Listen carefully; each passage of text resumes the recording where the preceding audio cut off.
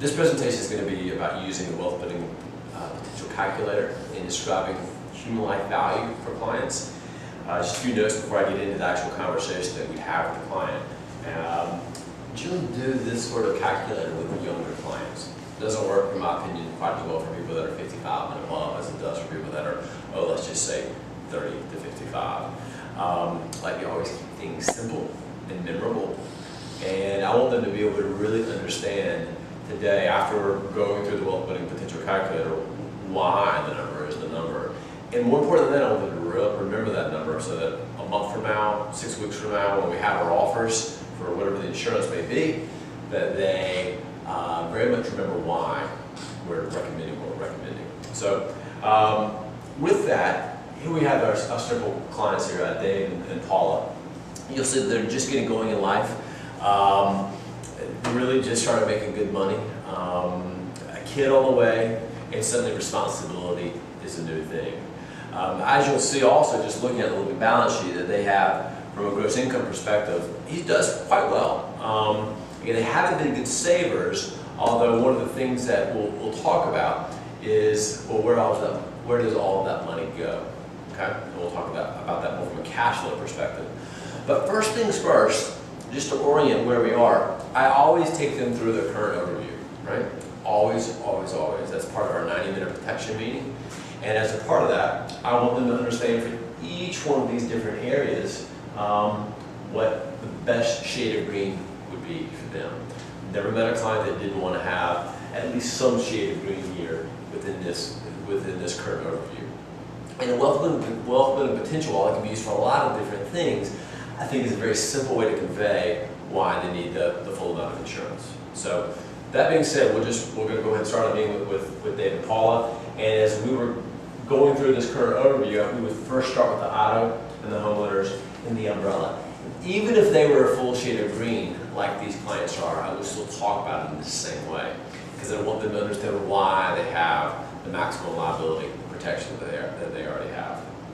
And generally speaking, as we move through this, I'm always using kind of an example, right, of another client for how their liability insurance, the CARES liability insurance, would adapt to some sort of incident. And it goes something like this. So again, our clients make about $250,000 a year. He makes about $240,000 of that. And I'm going to go ahead and go to the financial analysis and pull up the wealth building potential calculator.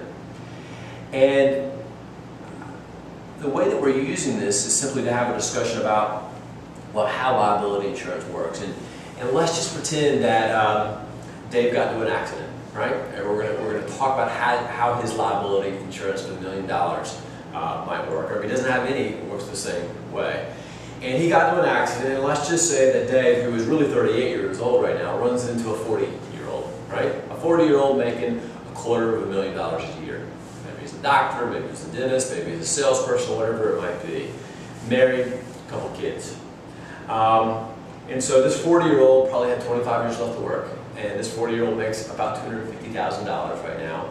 And this conversation is always had from the perspective of Dave and Paula's property casualty insurance. And the question is, how would your insurance adapt if, God forbid, Dave, you were to hit this person, right? And either disable them, or maybe worse off, maybe not, take them out of this world. And we want to know, again, how will the motor under your castle protection-wise protect? So I always ask the client, Dave, Paula, if that were to happen, you ran into somebody, it was your fault, what do you think the spouse, right, is going to do? What do you think they're going to say? First, they're going to be upset, right? And then they're going to get a bit madder. They're going to go hire a good attorney, and they're going to ask for something. How much do you think they're going to ask? And I always ask clients the exact same question. And I always give them generally an example that is near their age, right, for pretty much their same level of income. So I'll say, even though Dave's 38, I'll say to the client, let's pretend that you hit a doctor who was 40 years old, planning to work to age 65, married, children, making $250,000 a year. What do you think that spouse might want? And clients scratch their head for a second, and I always notice their body language, how they're looking. And then they always give me an answer. they say, well, it ought to be at least X, right? And sometimes if they're good at math, and I'll go ahead and put this up on the screen, sometimes if they're good at math, they may come up and say, well, if it was $250,000 a year for a 40-year-old going out for 25 years, then it would be at least $6.2 million, right? That's how much I would expect the wife and the attorney that represents the family would want, at least that. Generally speaking, they'll get a little animated, the client, and they'll say, you know, we would actually want more than that. Dave, or the client, has always had a pay raise, right, up till now in their life, or pain and suffering, or just the loss of a family member. That $6.2 million would be the minimal David and Paul would say that they would probably want from them. And so my question then is, again, how would their property casualty insurance adapt? As I go back to this screen here, whatever it is that they have here for liability insurance attached to the auto, right? So looking at what they have here, plus any umbrella or liability that they have, the question is simply how they adapt, right? And I'm trying to have them have a couple things at once happen. Number one, I want them to very much understand what liability insurance is and how and why they need it for something like this or something that might happen in the home that is just an accident. But more passively than that, because it'll come up in just a little bit, I want them to understand human life value, and I want them to understand kind of what a life is worth. And if they didn't have to pay for it, what that amount would be. So looking at this from a more of a discussion perspective, we always kind of lead in with that example where it's not really them that we're talking about, right? We're trying to take the emotions, really the logic out of it, quite frankly, and just leave the emotions. If it was someone else's fault, right, and it was an incident, what would that party want, right? Or flip it, sometimes I'll flip it back and I say, Dave, Paula, if someone were to run into you, Dave, and suddenly you were taken out of this world or disabled, what do you think Paula would want? Would she want anything less? And I generally have this graph sitting right there in front of them, right? We just had this make-believe discussion about someone else who was near age, about the same income. And now we're having a discussion about, for Dave and Paula, if something were to happen to Dave, would the result be any different? Because I want them to understand that in very simple terms what their earnings capacity is, right? What their wealth building potential is. And it's something that they will always, they'll understand, right? They will have great clarity, right? And if we don't, now's the time to happen, right? Now, as we're talking about this, again, we're just really talking about auto, homeowners, and liability, right? And we're using this example with someone near age in the same level of income. And generally, they're smart people, and they'll get that we're talking about them, even though we hadn't really brought them up yet, right? And at this point in time, we may add a little bit more and just discuss the fact that, again, this includes the pay raises between now and then, right? Assumes that they work until age 65, which is probably the minimal amount of money that they would want if it wasn't their fault. Only if it was someone else, only if it was their fault might they ever, for some unreasonable, want less than the $6.2 million or so on Dave's life. So I prefer talking about human life value using the wealth building potential calculator on cases that are, the younger the case, and quite frankly, the more complex the case, the more I like talking about it using this calculator. We do it in such a way that it's pretty simple, right? I could put inflationary increases in there, but it really doesn't matter. I want them to understand from a minimal perspective what this looks like. And I want them to understand, I want this to be kind of imprinted in their brain, as I mentioned earlier, so that 6 weeks from now when they have their offer, they understand, oh yeah, that's why we need $6 million of whatever the insurance program might be. So it's a very simple calculator, right? And the narrative is probably 2 minutes of discussion points as we talk about the liability insurance and the like. And as we move back through these other areas under current overview, we can stop at places like disability insurance, right? And disability for Dave was a yellow, right, before. We talked with Dave about how much disability he might need. And so as we open up that drawer, we can see that right now he's got long-term disability of $2,500 a month through work, right? We're going to multiply that out, it comes up to be X, and we want to make sure that that's tax-free. But we know that there's a huge gap between $2,500 a month, right? And again, we could multiply that out versus his earnings capacity of $250,000. I usually use the wealth building potential calculator, and I'll come and talk about what that looks like. Right now, this is Dave's wealth building potential, right? He earned about $240,000. He's actually got a little bit longer than 25 years to work. He's 38 now, right? This is close enough for the concept. And that if something were to happen to him, this is exactly what I would tell him, and that it was someone else's fault, I would just reiterate, to the point of being redundant, right? It's fine with me to be redundant on topics like this, that Paula would want nothing less than $240,000 a year for the rest of her life. That'd be the minimal thing. She would actually feel like she got cheated if she got anything less than that. And it could be because they've got an auto accident, it was someone else's fault, an accident at work, whatever it might be. What we come to realize, though, is that Dave has a lot less than that as it stands right now. Dave right now has about $30,000 a year worth of disability income. And while the graph kind of makes that a hard thing to see unless you mouse over the number, that's $6 million worth of wealth building potential versus $750,000 worth of wealth building potential. A huge difference, right? Despite the fact of kind of what the definition of disability might mean in that group contract. And so, if cost wasn't an issue, and I always say it like this, if cost wasn't an issue, would you want to fully insure the $240,000 a year? If this is a group benefit that you could suddenly get, right, would you want to go ahead and insure as much of the $240,000 as possible? And they generally say yes. And if they say no at that point in time, at least I know what I'm dealing with. Generally is what I call more of a values perspective. They simply do not believe in disability insurance, or there's something else in their life. I know that attorney once who really just thought that if he ever got disabled, the insurer wouldn't pay him out a dime. All right? They just told me what I had to deal with, right? Versus me not throwing that out there. So I would talk about what his disability wealth building potential would be. Presently, $30,000 a month versus $240,000 a year. And I always ask, one of my favorite questions, how would you adapt, right? If you have $30,000 a year of income, how would the family adapt? A new baby on the way, Paul's working part-time right now, what would change? And I always add silence after that question so that they can very much understand. So, so again, there's the wealth building potential. I always try to have a disability illustration up at that point in time to show how that might look.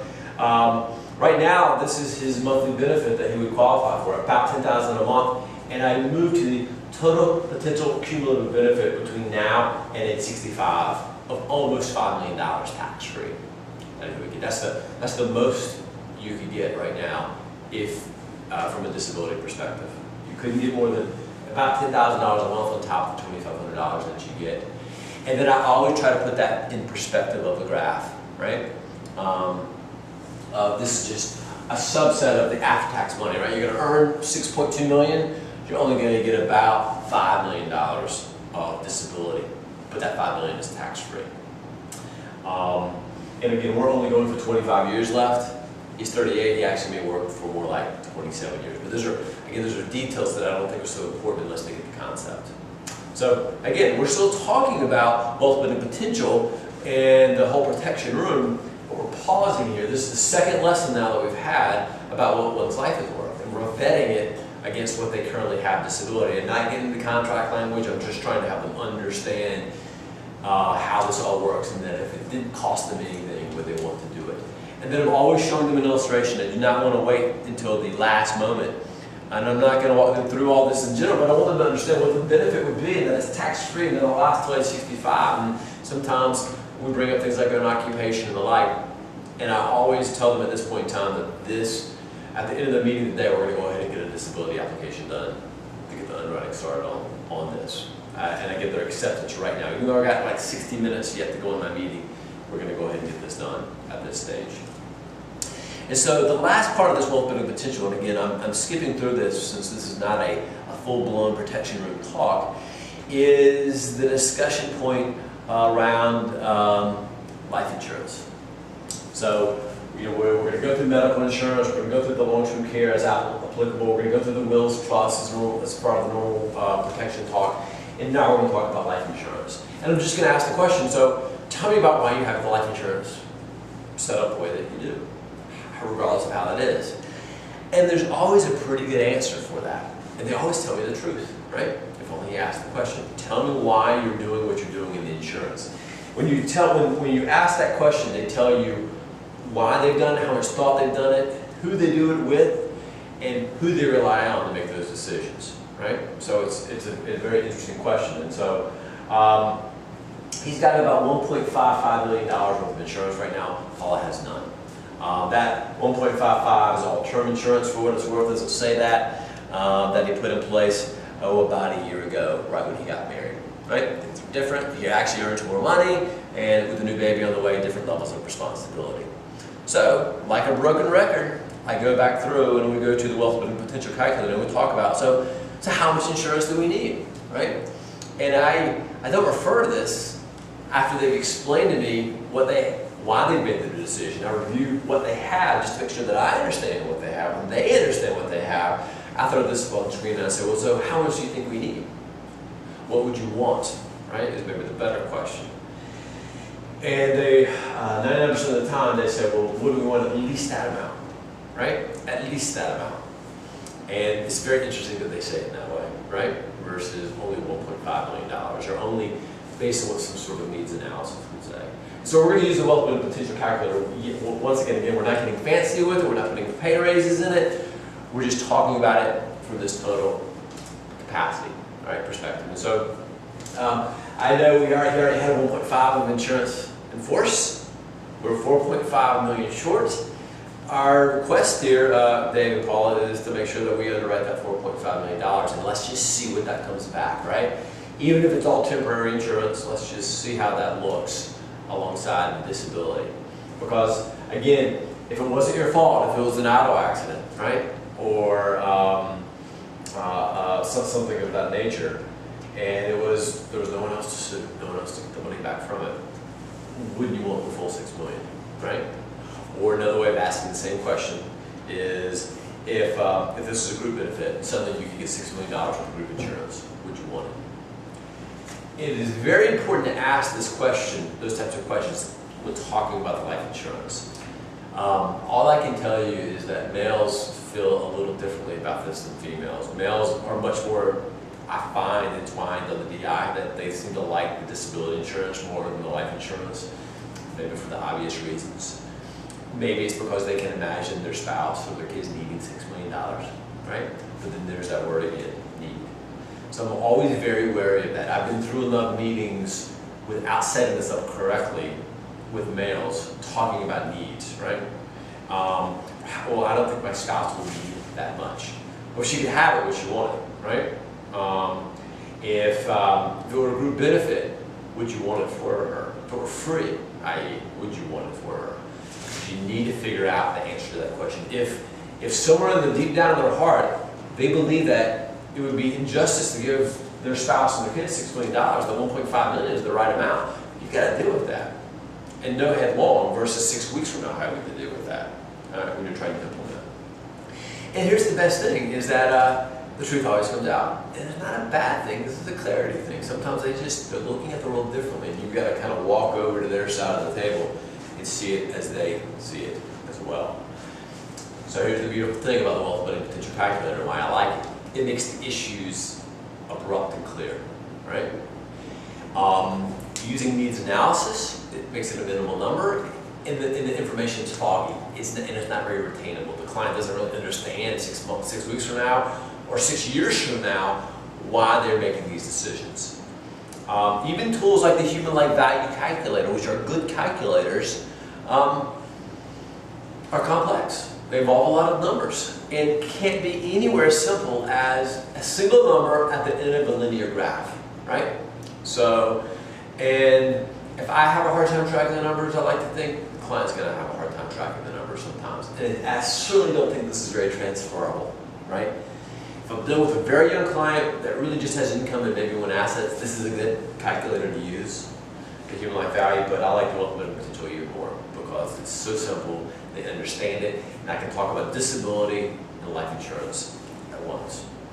Last thing about the wealth building potential calculator, and then we'll move on, is simply that it allows us to deal with both issues of disability and life insurance with clarity. And what I don't use it for often, at least in meetings like this, in fact I never do, I never get into pay raises, rate of returns on their money, I'm not going to taxes, debts, and lifestyle. I feel like that is a great use of the wealth building potential calculator, right? It's great for an opening conversation. It's great for a cash flow conversation. Understand where all the money goes, and that structure of money is very, very important. But those are different uses. This is just another blade, kind of in the Swiss Army knife for how this calculator can be used well. Best of all, it can be used on the fly, right? Any meeting, you can bring it up, go from there. So, thanks very much. We'll move on.